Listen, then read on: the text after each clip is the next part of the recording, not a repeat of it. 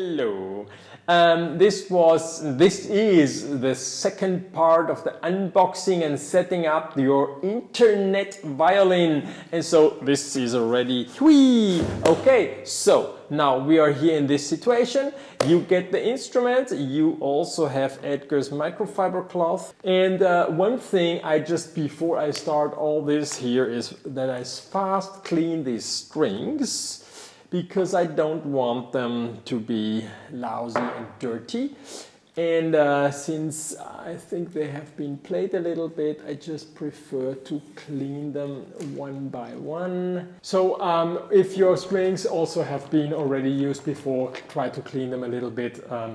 I cleaned them, I love to clean them, and the dirt which comes down from the strings is incredible, and I think it's worth cleaning the strings. Now, since I'm going to show this violin, I will put some new strings on it, okay? So this is why I have the strings here. If you get the violin from my workshop, very likely you get new strings.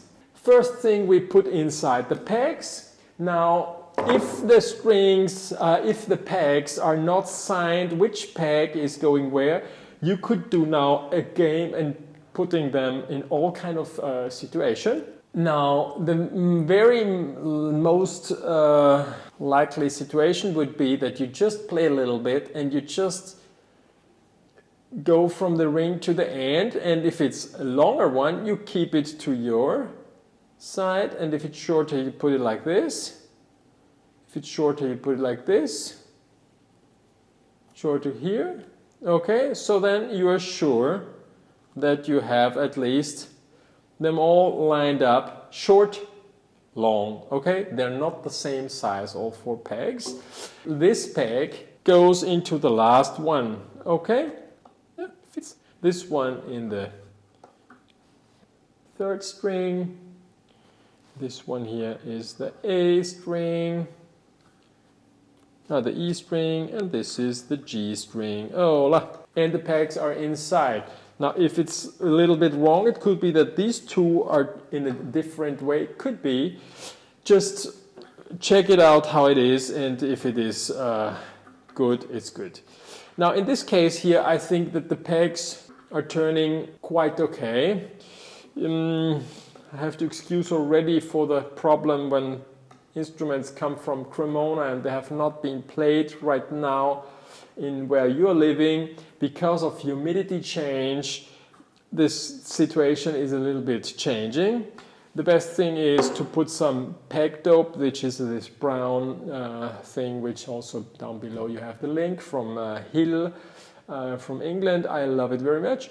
But if you put too much on it, it's also a problem. So then you have to take out every peg, clean it with my microfiber, and then put it back. By the way, the microfiber you can wash in the washing machine, works for you the rest of your life. And then it works. If you don't have the peg dope, you don't want to invest in peg dope, then you have to invest in a piece of soap and in a piece of chalk.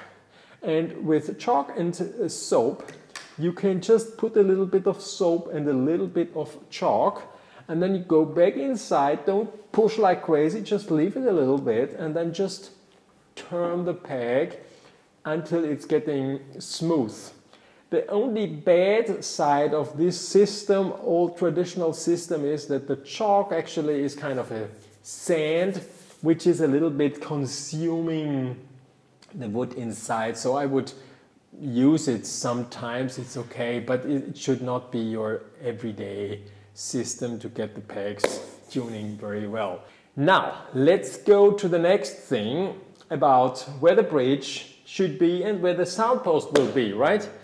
Because this is always the big tricky part. So, if Nina comes a little bit closer into this area, can you do that? Yeah. Here you have I have on my top two tiny small dots which exactly show you where the bridge should be, okay? But the sound post goes the thickness of the top, which you don't know, but it's approximately, on a full-size violin, about 3 millimeters, something like this. And then inside 1.5 millimeters inside. Yeah. Later on, I will show you how we can check that better. And in order to put the sound post now in the right position, what I do very likely, if I don't have all this sign yet, then I just glue a piece of post-it on the top, and then I can draw and make some small signs on the top. Yeah. But if you just now want to get everything together, or maybe your sound post is still standing up in here in that, and just leave it like this. Just put now the sound post into its position. I have a sound post setter, which is a small tool like this. If you don't have this tool, then it's a little bit more tricky, I would say. You have it in different sizes. This is a very traditional one, or you can even have a small one, a pocket one, a very tiny one. I make it a little bit wet in the front, which is somehow a little bit gross, right? So then it's sticking on it a little bit in this way, in order that I go into the F hole, go inside, I look through the back hole, put it on the back, and then peek, and then I make a little bit like this, in order that I give the sound post the chance to find its own position. Okay?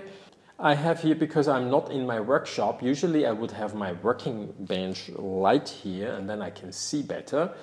And I don't need glasses. Usually people don't need glasses. I'm completely blind without them. So then I have this kind of light, which is just a homemade LED light, which I just put inside here.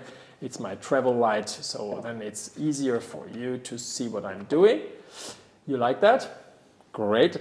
I will soon offer it also in my sound adjustment kit. Now, come with the sound post, you have it here, and you go inside, okay? The less you touch the F hole, the more happy is your violin and will appreciate your TLC, which stands for tender love care you give it. Then I pull up the strings, I look into the backside, and I will show you also, there is the video where I put the sound post on the cello, right? Isn't that one where we put the GoPro in the backside, and then you could see we put in the sound post. So we will put up here a link where you see what I just did. Once you know how it works, it's quite easy. Okay, then I have like a small mirror. Take the mirror, look inside, see that it's pretty not straight, and with the mirror a little bit. I use the mirror as a small tool to bring the sound post exactly to its final position.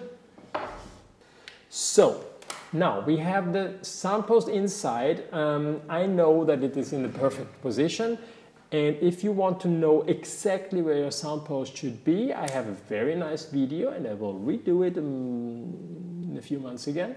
But meanwhile, check that one. I don't remember now which episode it was, like 14 or 8 or something, in the very beginning, and I think it's worth seeing it. Okay, now if we have that, we can put the end button back again inside, and now we pull up the strings here.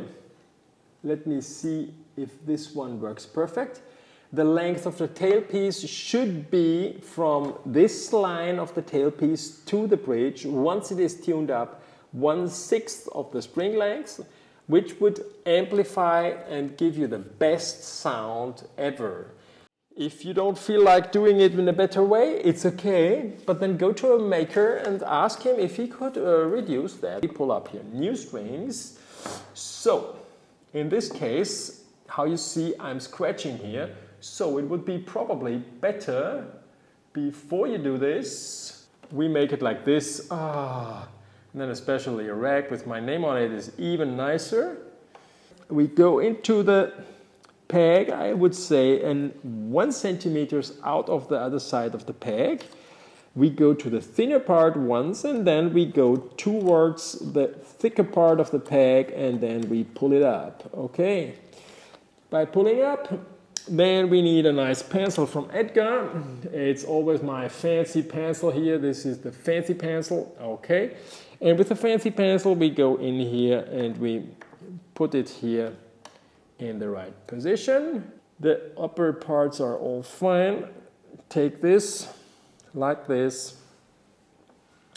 and then we tune slowly and low down the bridge. Okay, so now don't tune now that string exactly to the right pitch. Just leave it like this. Be glad it's standing.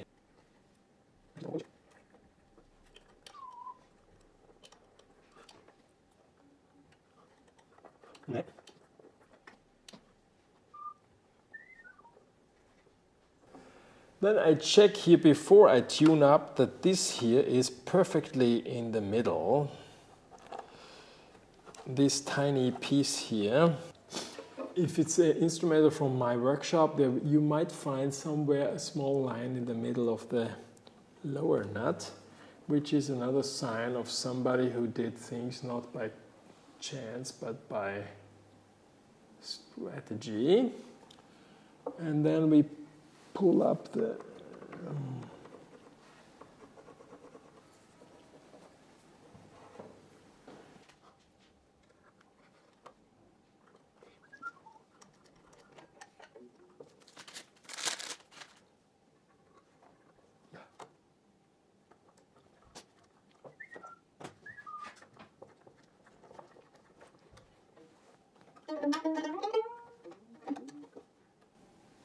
we have to adjust also this one.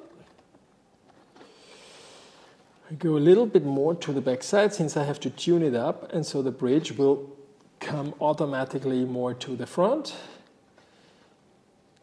I redouble check everything. Don't pull up the strings without looking and double checking the bridge or even the scales gut here, tailpiece gut here, the gut string. And watch out that this is going exactly in the right position, okay? Everything seems to be in the right position. I love to double check here also the position in its right position, and I like to double check this here a little bit like this. So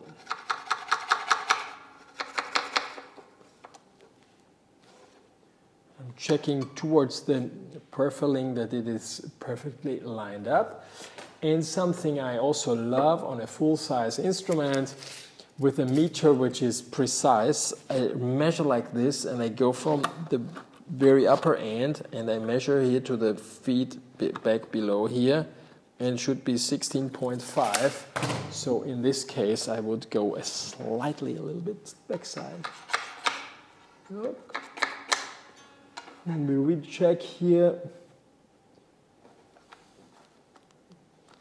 if this is good, and then by playing later on we check, and it should be centered. And I have on my instrument, I have some tiny dots which show me if the bridge is exactly lined up. Then another thing is to measure with a small sound post gauge where the space bar is. Okay, so this is like from the outside of the bridge towards the inside, like 1.5, a little bit less, 1.25 millimeters, and the sound post on the other side, same thing. Okay, so sound post and bass bar are the same distance from the feet of the bridge. Then we can also put on the chin rest. Okay, I have a small chin rest key. Sometimes with a new chin rest there's a small piece attached to it so that you can put it on. Now we tune the violin. Yeah, is that good? I just stand up and tune it here at my tuner. How you can see, I don't pull up immediately everything completely. But while I'm tuning, I'm checking if the bridge is not moving too much into the front. It is moving. You can't avoid that because if you pull up all the strings, so then with two hands only the upper top part, I pull a little bit backside, recheck it, maybe a little bit more. And I also lift the strings, how I showed already in previous videos, in order to keep the strings free of tensions inside the string.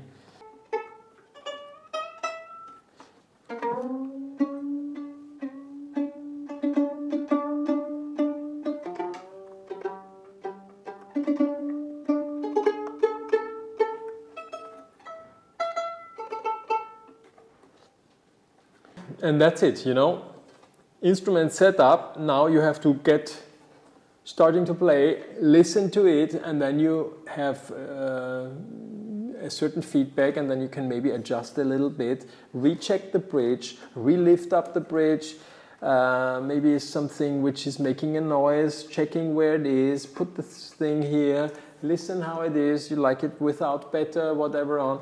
And that's actually the reason why I'm not able to play the violin, because I'm checking and I always find something, so I'm always adjusting, doing, filing, doing, and this is why I became a violin maker.